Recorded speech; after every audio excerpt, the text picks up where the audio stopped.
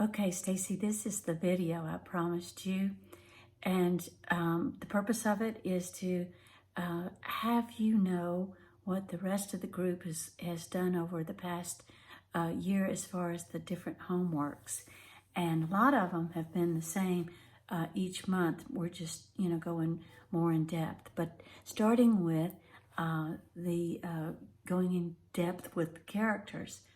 And the way that I want you to do that is to get a notebook or a journal, whatever you choose. And I have kept mine, and I'm sure everybody else has kept theirs. So think of it as being something that you'll want to keep. And I think it's important that there isn't anything else in that book. And you just start off putting a title of what it is, and then turn the page and write down a character. And then several pages later, write another character, and another, and another, and another. And if I know that we worked with characters in the retreat, but just as a refresher, you might have a fear character. You may have a retreat, as in hide character. You may have a controlling character. You might have a pitiful me character. And I'm just rattling off, but obviously you can see that those have very diverse intents. And so you write those names at the top of the page, and then go back to the first one and write the emotions that trigger. Well, write the emotions that that particular character uses. And you almost have to go back to a situation where you've been in that feels, where you can feel it, but where one character might use anger, another one might use sulking, or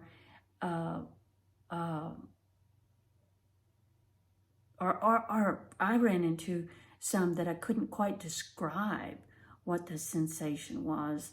It was an emotion, but it didn't have a name as far as I knew. But you just keep writing down everything there is about that character that you can think of. And then when you're done with that one, you may wait until the next day or so, or next, just turn the page and start seeing the difference in each character. And oh my gosh, some things came out. We just laughed at ourselves, and then cried because I don't know, it was really telling how everybody shared so deeply what they found out by doing this little exercise. I'm going to leave it at that. Well, no, I remembered some other things too. So also put underneath the character's name what its intent is. What is it trying to do? What does it think its function is? And that was very important as well. All right, so we're gonna move on to what we call the self-talk. And yes, you did a little bit of that, I think. In the retreat, I sent everybody off to do that. But I'm going to give you a reminder of that as well, because as far as I'm concerned, that is one of the most powerful things that I have given as a tool. And I use it so often. When the meditation can bring me to a feeling of peace, and I can indeed let go, but when it returns again, pretty quickly, I know that I need to do a self-talk. So you begin, I'll just say all this stuff again for you. You begin by just letting the ego have its way. It starts off, make sure you record it, and you just say, this particular thing just has me over a barrel, or I feel like I'm in a corner, or I just don't, I just can't figure this out, da-da-da-da-da-da. And he, she, it, they has done all this stuff, and sometimes mine are not that dramatic.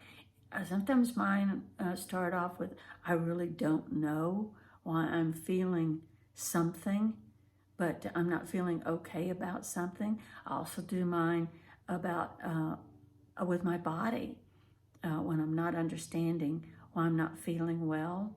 And I find out a lot of things by doing this. But anyway, after you've let yourself say everything that you could possibly say, then you have the other side of the story, so to speak. Have you thought of this? Have you thought of that?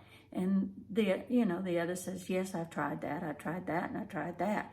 And you just keep the conversation going back and forth until you just really run out of things to say, pretty much. And when that happens so often, wisdom, and that's what we call it, wisdom steps forth, and you can almost feel her presence, because it is your knowing of saying, this or that.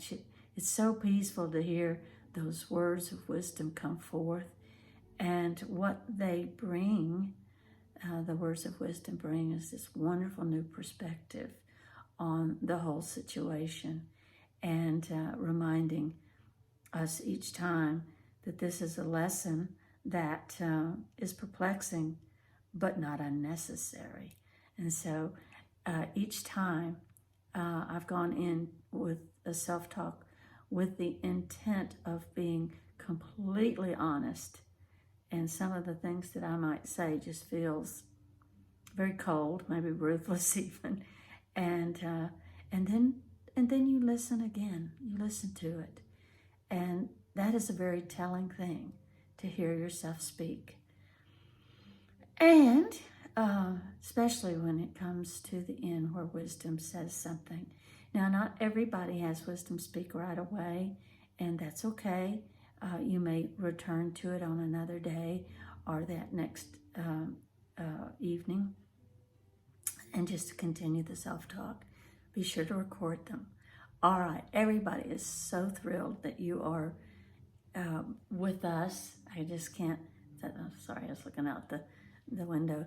I can't tell you how excited people are to just see your name showing up, and the I ams with us and everything. All right, so also I'm sure you've gathered that being present in this moment is a